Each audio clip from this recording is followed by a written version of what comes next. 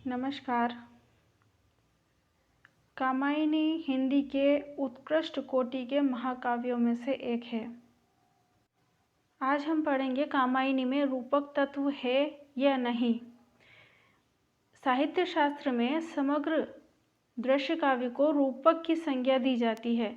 इसके अतिरिक्त रूपक एक साम्य मूलक अलंकार को भी कहते हैं, जिसमें अप्रस्तुत का प्रस्तुत पर अभेद आरोप रहता है। डॉक्टर नगेंद्र के अनुसार विशिष्ट अर्थ में रूपक के से तात्पर्य एक ऐसी द्वयर्थ कथा से होता है जिसमें किसी भी सैद्धांतिक अप्रस्तुतार्थ अथवा अन्यार्थ का प्रस्तुत अर्थ पर अभेद आरोपित रहता हो।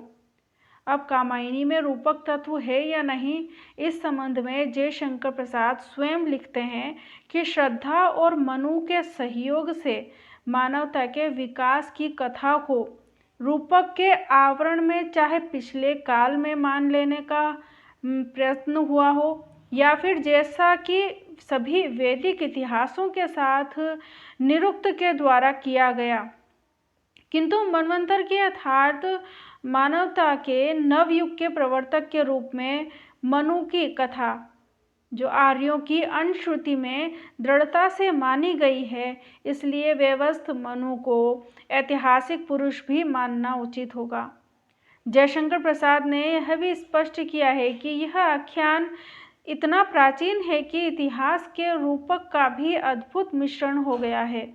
इसलिए मनु, श्रद्धा और ईड़ा, ये तीनों अपना ऐतिहासिक अस्तित्व रखते हुए सांकेतिक अर्थ को भी अभिव्यक्त करते हैं। अर्थात मन के दोनों पक्ष, हृदय और मस्तिष्क का संबंध क्रमशः श्रद्धा और ईड़ा से सरलता से लग जाता है। जयशंकर प्रसाद के इस कथन से यह स्पष्ट हो जाता है कि यह महाकाव्य मूलतः एक ऐतिहासिक कथा के आधार पर लिखा गया है।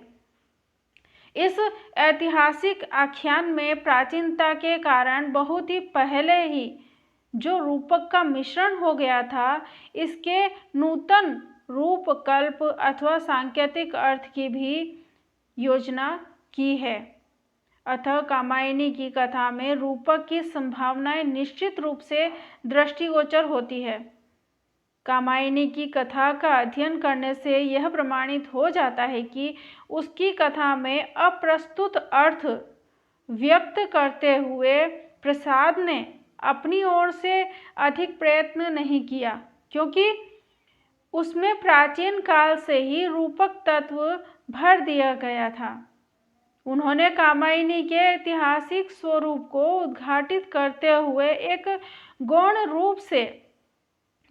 रूप में उसके प्राचीन रूपात्मक स्वरूप का भी स्वीकार कर लिया है, क्योंकि उस प्राचीन आख्यान में सन्निहित इतिहास में रूपक का भी अद्भुत सम्मिश्रण हो गया है और प्रसाद उसके भावना मूलक रूपक तत्व को स्वीकार करने का मोह त्याग नहीं सके हैं।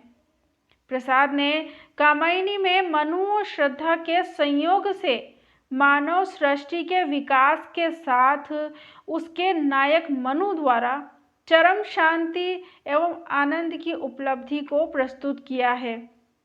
कामायनी की कथा का प्रस्तुत पक्ष ऐतिहासिक तथा पौराणिक भी है। कथा का अप्रस्तुत पक्ष मनोवैज्ञानिक और दार्शनिक है। मनु, श्रद्धा और ईड़ा संबंधी ये तीनों प्राचीन आख्यानों में से हैं जो रूपक तत्व विद्यमान है।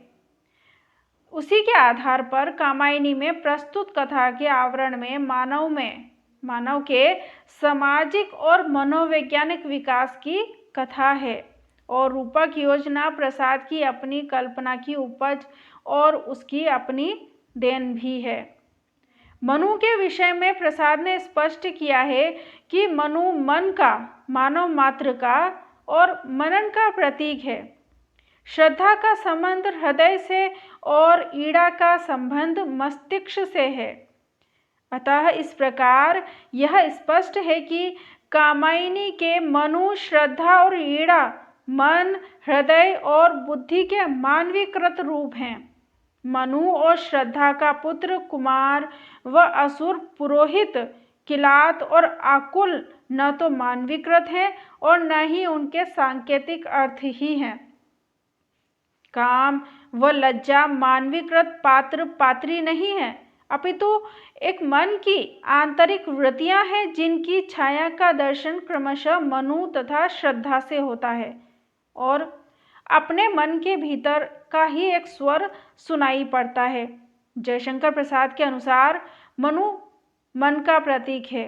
मन से आशय यहाँ चेतना से ही है। इसका मूल लक्षण अहंकार है। कामायनी में मनु की यह अहंकार भावना अनेक स्थलों पर अभिव्यक्त हुई है। उदाहरण के लिए देखिए, स्वर्ग बनाया है जो मैंने, उसे न विफल बनाओ, अरि अप्सरे उस अतीत के नूतन गान सुनाओ। इस प्रकार कामायनी में मनु के इस मननशील संकल्प विकल्पमय रूप के दर्शन होते हैं। इसके अतिरिक्त मनु के व्यक्तित्व में आरंभ से लेकर अंत तक भूत भविष्यत स्व पर प्रकृति परम तत्व आदि के चिंतन तथा तजन्य संकल्प विकल्प की प्रधानता दिखाई देती है। जिस पृष्ठभूमि से कामायनी में मनु का उदय होता है, उससे है स्पष्ट हो जाता है कि प्राचीन सभ्यता का मनु ध्वंस वेश होते हुए भी वस्तुतः आधुनिक नव जागरण का अग्रदूत है। मनु तो संस्कृति जल निधि तीर तरंगों से फेंकी हुई एक मणि है।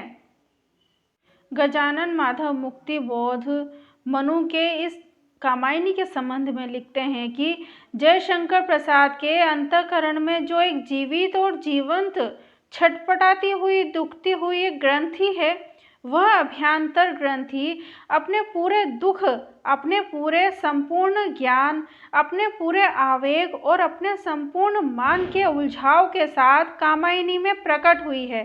इस अभ्यंतर ग्रंथि का प्रतिनिधित्व करने वाला पात्र है मनु। मनु मात्र का, मानव मात्र के मन का प्रतीक नहीं, यह केवल उस मन का प्रतीक है जो प्रसाद जी का अपना या उन जैसा मन है। वस्तुतः गजानन माधव मुक्तिबोध ने कामायनी का विवेचन मार्क्सवादी दर्शन के आधार पर किया है और मनु के चरित्र को एक नवीन परिप्रेक्ष्य में देखने का या दिखाने का प्रयास किया है।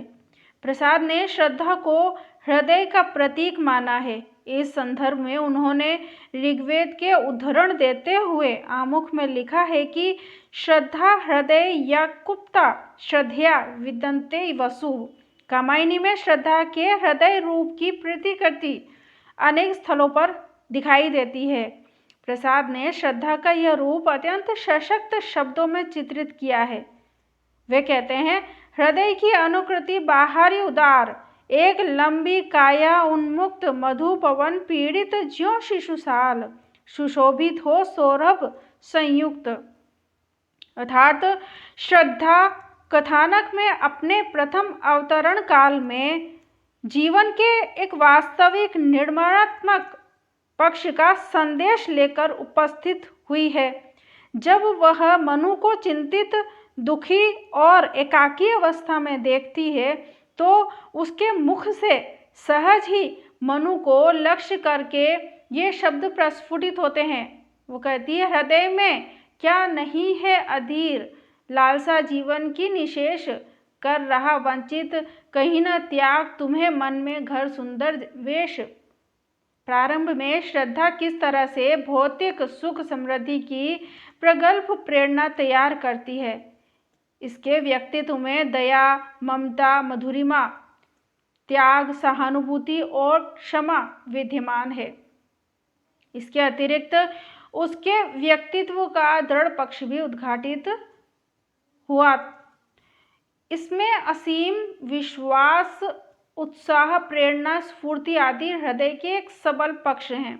मनु की मनस्थिति को वह समझती हुई श्रद्धा अत्यंत मार्मिक सहानुभूति से कहती है कि जो उसके कोमल हृदय की भावनाओं को भी अभिव्यक्त करने में समर्थ हुई है। वे कहती है, अकेले तुम कैसे असहाय यजन कर सकते तुच्छ विचार, तपस्वी आकर्षण से हीन कर सके नहीं आत्मविस्तार, दब रहे हो अपने ही बोझ, खोजते भी नहीं कहीं अवलंब, तुम्हारा सहचर बनकर क्यों न उऋण होऊं मैं बिना विलंब। और यही कारण है कि आचार्य रामचंद्र शुक्ल ने भी श्रद्धा को एक विश्वासमयी रागात्मिकता वृत्ति की संज्ञा से अभिहित किया है।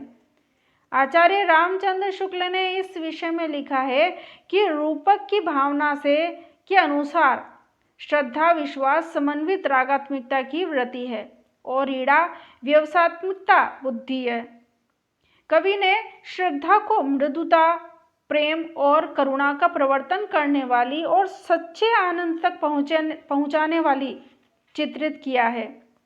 जयशंकर प्रसाद ने श्रद्धा को हृदय के समस्त गुण दे दिए हैं, परंतु दो गुण वो नहीं दे पाए, कर्म और बुद्धि। वस्तुतः जयशंकर प्रसाद श्रद्धा को श्रद्धा भाव से का एक प्रतीक मानते हैं। श्रद्धा का अर्थ है प्रसाद के भाववादी अद्वैतवाद में सामरस्य के सिद्धांत में अवतरित करना। श्रद्धा कहती है कि नित्य समरसता का अधिका उमड़ता कारण जलपी समान व्यथा से नीली लहरों के बीच बिखरते सुख मणिगण द्युतिमान। अब श्रद्धा के इस व्यक्तित्व के विषय में गजानन माधव मुक्तिबोध ने अपने एक नवीन दृष्टिकोण से विचार करते हुए कहा है कि जो अब तक के आलोचकों के मत से नितांत भिन्न है।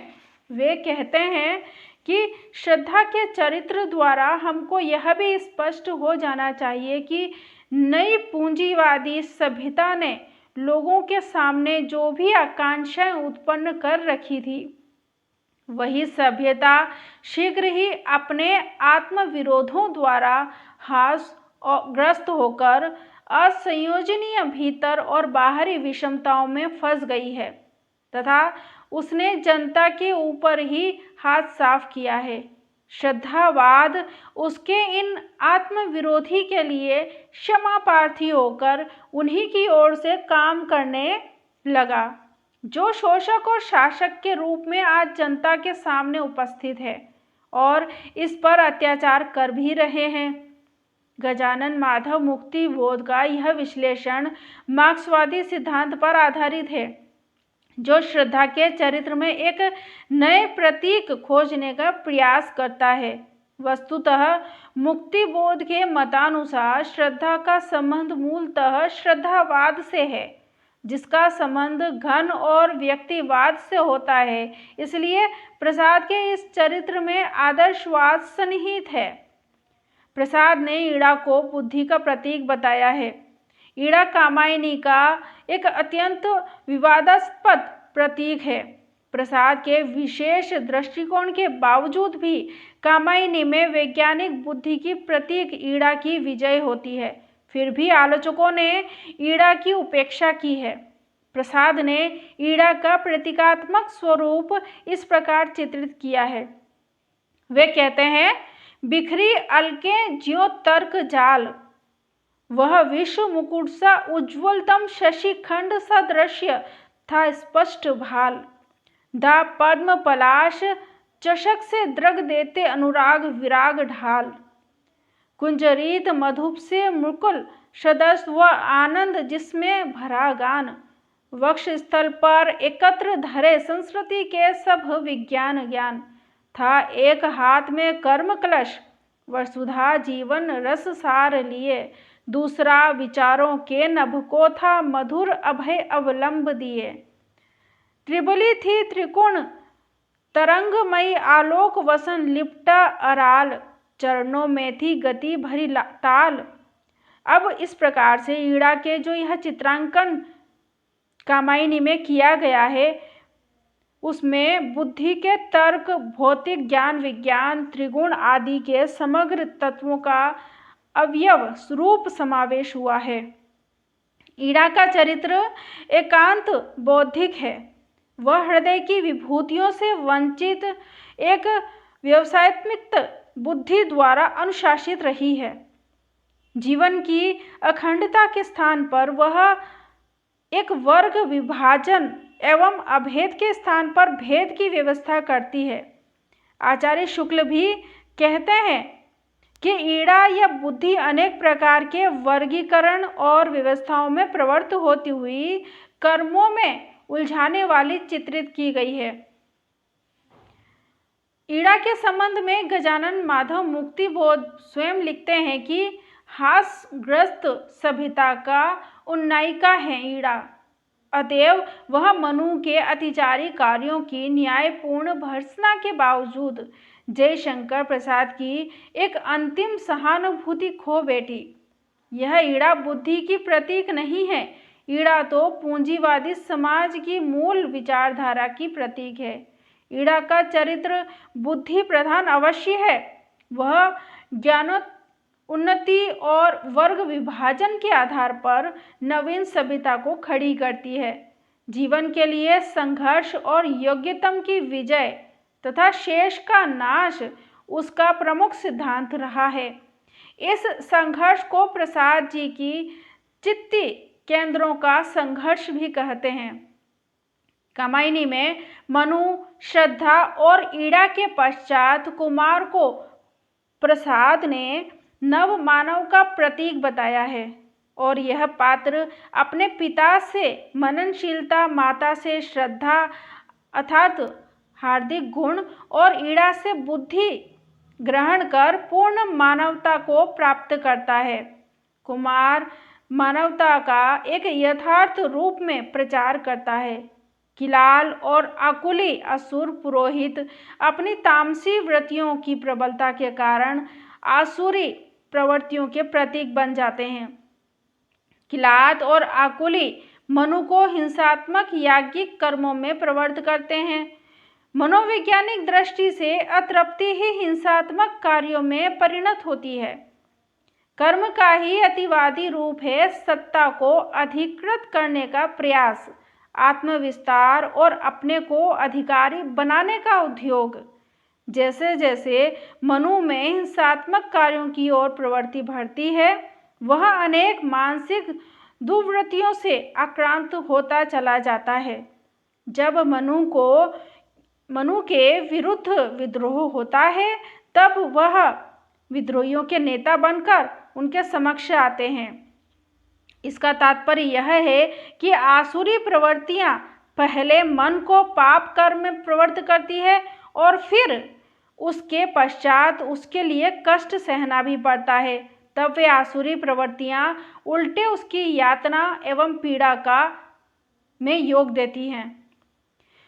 कामायनी में इसके अतिरिक्त देव, श्रद्धा का, पशु, वृषभ और सोमलता के भी निश्चय ही सांकेतिक अर्थ सन्निहित हैं। देव इंद्रियों के प्रतीक हैं। देवों की निर्बाध आत्मतुष्टि का अर्थ है इंद्रियों की निर्बाध तुष्टि।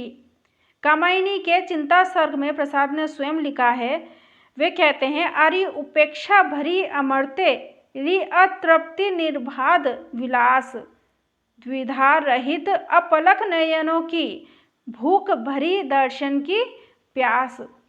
श्रद्धा का पशु एक निरीह और शोणित प्राणी के रूप में चित्रित किया गया है, जिसका असुर पुरोहित किलात आकुली द्वारा वध करा दिया जाता है। इसलिए वह सहज जीवन तथा आधुनिक अर्थों में गांधीवाद का एक अहिंसा का प्रतीक भी है। प्रसाद कहते हैं, एक माया आ रहा था पशु अतिथि के साथ, हो रहा था मोह करुणा से सजीव सनाथ, चाल कोमल कर रहा फिर संत पशु के अग, स्नेह से करता चमर उद्ग्रीव हो वह सग। भारतीय जनश्रुति में अनादिकाल से ही वृषभ को धर्म का प्रतिनिधि माना जाता है। जैसे था सोमलता से आवृत वृषभ धवल धर्म का प्रतिनिधि। सोमलता भोगों को प्रेरणा देती है और मनु की विलास वासना को उत्तेजित भी करती है, इसलिए सोमलता भोग का प्रतीक है। कामायनी में इसके अतिरिक्त कुछ और प्रतीक भी हैं। जल प्लावन भारत के ही नहीं, विश्व के इतिहास की एक बहुत प्राचीन घटना है। भारतीय दर्शन साहित्य में प्रतीक रूप में ग्रहण करके उसका सांकेतिक अर्थ भी किया जाता है। जल प्लावन को माया और वासनापूर्ण अन्नमय कोश का प्रतीक भी माना जा सकता है, क्योंकि उसमें पथ भ्रष्ट तथा इंद्रिय लिप्सा में लीन देवों में विलीन होने का वर्णन मिलता है। त्रिलोक में प्राचीन त्रिपुर दाह के रूपक में यह रूपक से प्रेरणा ग्रहण की गई है और इसका प्रतीकार्थ अत्यंत व्यक्त भी है। तीन लोक के अंतर्गत भावलोक, कर्मलोक एवं ज्ञान लोक चेतना की तीन अंगभूत प्रवृत्तियों भाववृत्ति, कर्मवृत्ति और ज्ञानवृत्ति इनके प्रतीक हैं। ये तीनों प्रवृत्तियां जब तक अलग अलग कार्य करती हैं तब तक मन अशांत और उद्विग्न अवस्था में रहता है।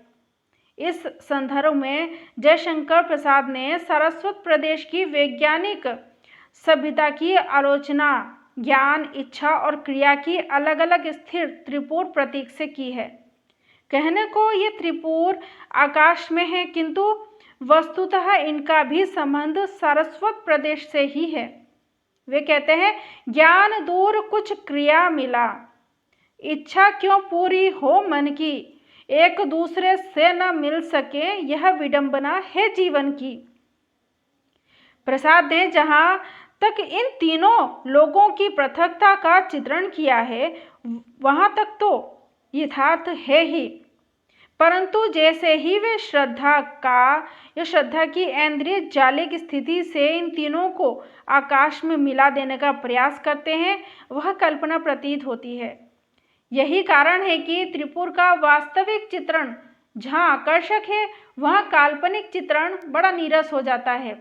प्रसाद ने श्रद्धा द्वारा इस समन्वय से मन को समरसता की अवस्था को प्राप्त करते हुए चित्रित किया है। वे कहते हैं, स्वप्न स्वाप्त जागरण भस्म हो, इच्छा क्रिया ज्ञान मिल लय थे, दिव्य अनाहत पर निनाद में श्रद्धा युक्त मनुबस तन्मय थे। मानसरोवर समरसता का प्रतीक है, क्योंकि यहाँ पहुँचते ही मानसिक क्लेश से मुक्ति मिल जाती है। कैलाश शिखर आनंदमय कोश का प्रतीक है, क्योंकि इस स्थान पर पहुंचकर कामायनी के समग्र पात्रों को अखंड आनंद की उपलब्धि होती है। कामायनी की कथा में मनु की कैलाश स्थित मानसरोवर यात्रा का वर्णन किया है, जहां पहुंचकर मनु के सभी क्लेश दूर हो जाते हैं। रूपक को हटाकर वह मन की समरसता की अवस्था को प्राप्त करने का प्रयास करते हैं, जिसके पश्चात मन के सभी भौतिक और आध्यात्मिक क्लेश नष्ट हो जाते हैं और वह परम आनंद में लीन हो जाता है।